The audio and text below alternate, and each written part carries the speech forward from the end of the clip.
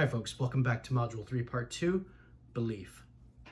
The principle of autosuggestion is like an agency relationship of communication which exists between the conscious mind, which is the principle, and the subconscious mind, which is the agent. The principle provides instructions and the agent follows these instructions. The conscious mind focuses on the interpretation of external stimuli such as sight, sound, touch, taste, and smell. And it also functions as the intellectual mind operating system. I call it the IMOS. For the higher order thinking and reasoning, for synthesis, for creativity, and for divine guidance, such as perception, will, power, imagination, memory, intuition, and reason. We'll get to the subconscious mind shortly. The IMOS is what separates us from all other living creatures on the planet, and it is not your brain. Your brain is like a networking router that transmits signals throughout your body, through the central nervous system, and into the universe. Your brain is also like a hard drive of a computer which stores information and memory images within your conscious mind for rapid recall, and your subconscious mind records this information for perpetual storage, and it also functions as your autonomic nervous system control, like an autopilot, if you will, for body movements. So this is how you can walk, talk, and chew gum and not have to be consciously thinking about it. You just do it. It's your autonomic nervous system. So it is also your home, by the way, the subconscious mind is also your home to the reactive mind, which is a built-in alarm system. And we're going to come back to that in a little bit. Our IMOS is like a personal computer of our soul, our spirit. It is an internet connection to our highest level of consciousness, our future self, and our connection to the divine creator of the universe. Our subconscious mind is like picking up your cell phone and sending out a request. Okay, so within your intellectual mind, your IMOS operating, so your operating system, you have a workshop that processes 3 different types of electrical signals. The first one is higher order thinking. The second one is synthetic ideas. And the third one is imaginary or creative ideas. We call these electrical signals our thoughts, our plans, and ideas, or brain waves. So biologically speaking, these brain waves are actually transmissions of energy packets that are sent through synaptic bridges and nerve cells at specific frequencies that emit vibrations outside of our bodies into the universe where everything that exists is interconnected.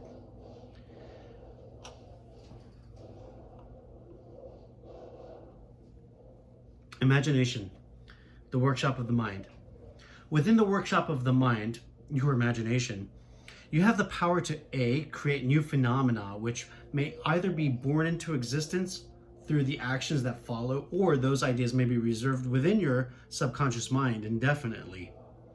And B, you have the power to synthesize information to create hybrid ideas of existing phenomena so that your ideas and those ideas become new phenomena with their own vibrations, their own energy signals.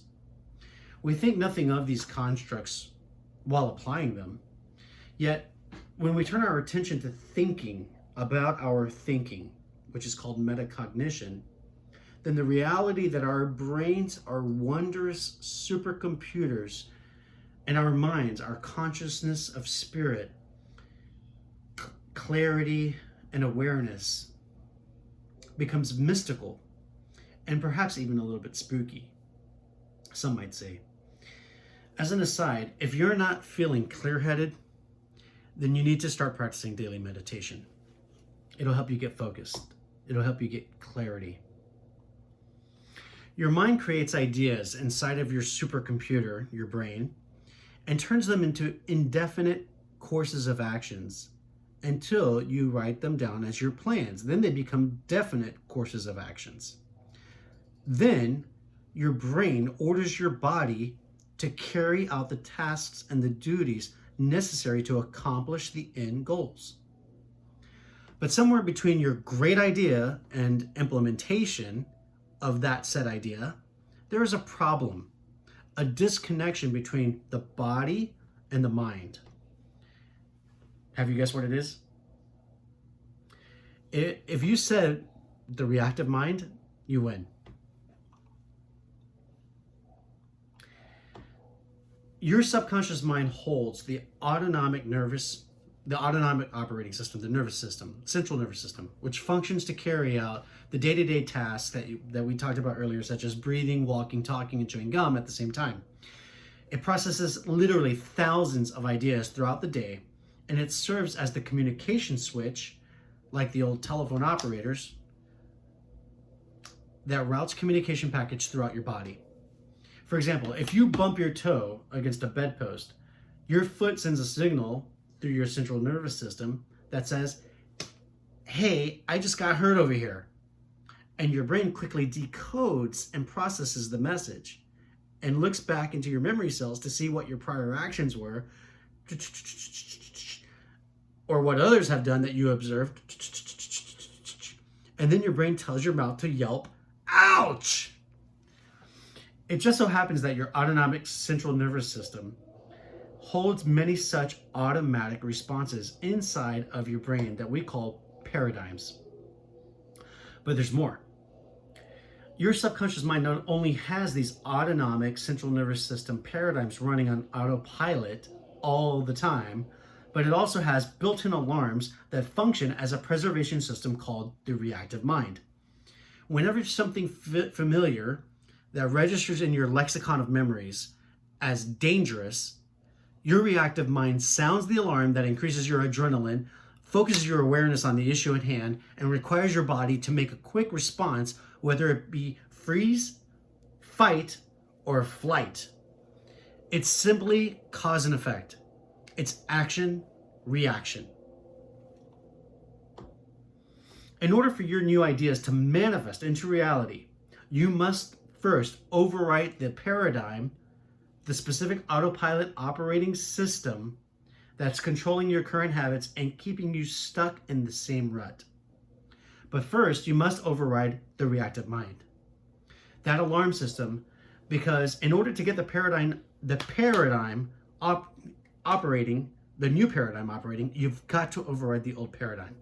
Put another way, you must install a new operating system into your brain. It's going to be you 2.0 in your subconscious mind so that your body can finally transmit the frequencies, right? Get on the phone, transmit the frequencies into the universe that is necessary to attract or manifest the objects of your desire to achieve your goals. So how do you do that? You do that by hijacking your subconscious mind. And you hijack your subconscious mind through the power and use of the tool called autosuggestion. Your subconscious mind cannot distinguish whether inputs from the conscious mind are actual, which are your sight, sound, touch, taste, and smell, or if they're imaginary, which means that they come from the synthetic or the creative part of your brain. They are all simply thought impulses, which is electric signals. They're currents of electricity flowing through your synaptic bridges inside of your brain. Like this, right? They're just all interconnected, right? You have nodes of clusters of brain cells, and then the synaptic bridges are submitting signals back and forth. Then they send them to your body.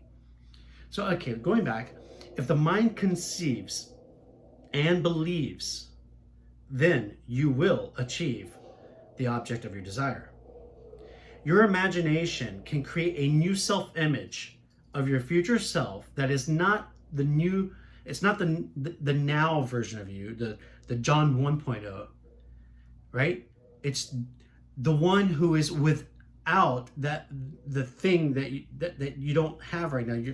John 1.0 doesn't have the Jeep.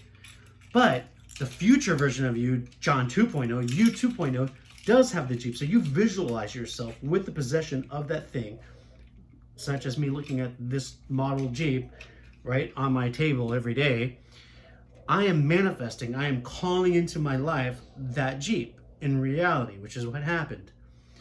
This activity is called the power of visualization. When you visualize yourself as presently having the object of your desire, guess what? When you can imagine what it feels like to possess the object of your desire, when you believe that you have already earned the object of your desire, then you are on the fast track to receiving it. So what happens is you reprogram your subconscious mind as, I already own this, I already own this, I already own this, I already own this, I already own this, I own this white Jeep, I own this white Jeep, I own this white Jeep, I own this white Jeep. It's mine, I own it. What happens is you reprogrammed your mind, your subconscious mind. Now your body has to go out and do whatever it takes to make that a truth, because you've told your subconscious mind that it's true, and your outward world has to match your inward world. The frequencies are transmitted on two different levels, and they've got to align. You've got to close the loop. In other words, you've got to go out and physically get what it is that you've programmed your subconscious mind that you already have in order to reach balance. I know this is really powerful stuff here, guys. It really works. Okay. You can speed up the process using repetition of thought. By increasing the quantity of your thoughts of belief in your new self-image, you accelerate the coding and the rewiring of your new paradigm, bypassing the reactive mind, the alarm system that says, hey, whoa, there's something wrong here, and resulting in the transmission of the thought vibrations, making the phone call at the correct frequencies to the outer world through the body, which will subsequently produce the manifestation of an external environment conducive to the realization of the objects of your desire. Put another way, you're going to go out and get what you've been saying that you have. Here are 6 steps to hyperstimulate your subconscious mind. Number 1, repeat your definiteness of purpose statement aloud 3 times a day, morning, noon, and night, while visualizing yourself as already having the object of your desire. Number 2, find a picture of the object that you want and place it where you can see it 3 times a day. I have this toy model. I have other things. I have pictures of other things. Let me see if I can find this. My new vehicle is it's the law of attraction again. Here it is. Okay, look. Here's another one. Here's another example. I put this Cadillac XT5 in 2015 when I started law school. And I said, this is the car that I want to get next. Well, I didn't get the black Cadillac XT5, but you know what I got? I got a white BMW X3. It's an SUV, luxury. It just happens to be white instead of black, which is the same as my prior Jeep was white. So I got something very similar. Remember, I told you, this is not an exact science. You know, you ask for something, you may get what you're asking for, but slightly different than what you asked for. But it's powerful and it works. It's amazing. I love my BMW more than I probably would have loved this Cadillac. Okay, not being braggadocious, I'm just giving you an example of how this works. Okay, so find a picture of your of the object that you want where you can see it 3 times a day. Number 3, seek out and absorb any specialized knowledge, if applicable, that will be necessary as a prerequisite for obtaining the goal. What I mean by that is, I wanted to be a lawyer, but I knew that in order for me to become a lawyer, I had to go to college and earn a 4-year degree before I could apply for law school. Okay, I ended up going and getting a master's degree as well before going to law school. So like, you have to go and get that specialized knowledge if you're pursuing something at that level.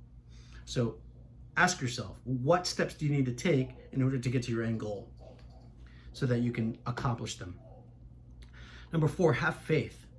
Faith is a confident expectation that you will receive the object of your desire. Number 5, practice fervent prayer. Prayer is your direct connection to the Almighty Creator of the universe. If you ask the Almighty for what you want, and again, if it's within the laws of nature, then you'll get it. Let me give you an example. Napoleon Hill tells in his book Think and Grow Rich, he tells the story of his son that was born deaf. He prayed for 4 years so that his son would be able to hear.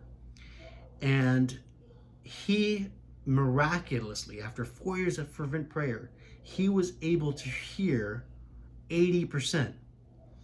Then the doctors worked with him in order to give him some special hearing aids. He was born without ears. They gave him some special internal hearing aids that gave him the other 20%. It's a miracle. He was able to hear at 100%. So, practice fervent prayer. And number 6, act as though you already are the new you 2.0. Act like you've already obtained the object of your desire. Visualize yourself, the way that you will act, how you will feel. How will it make your life different? And hold that thought. Turn up the frequency on it. Expand it out to the universe. Send it up to God. Send it up to the Creator. And ask Him to meet you halfway. I'll see you inside of Module 3, Part 3, so that we can talk about obsession. Thank you for joining me.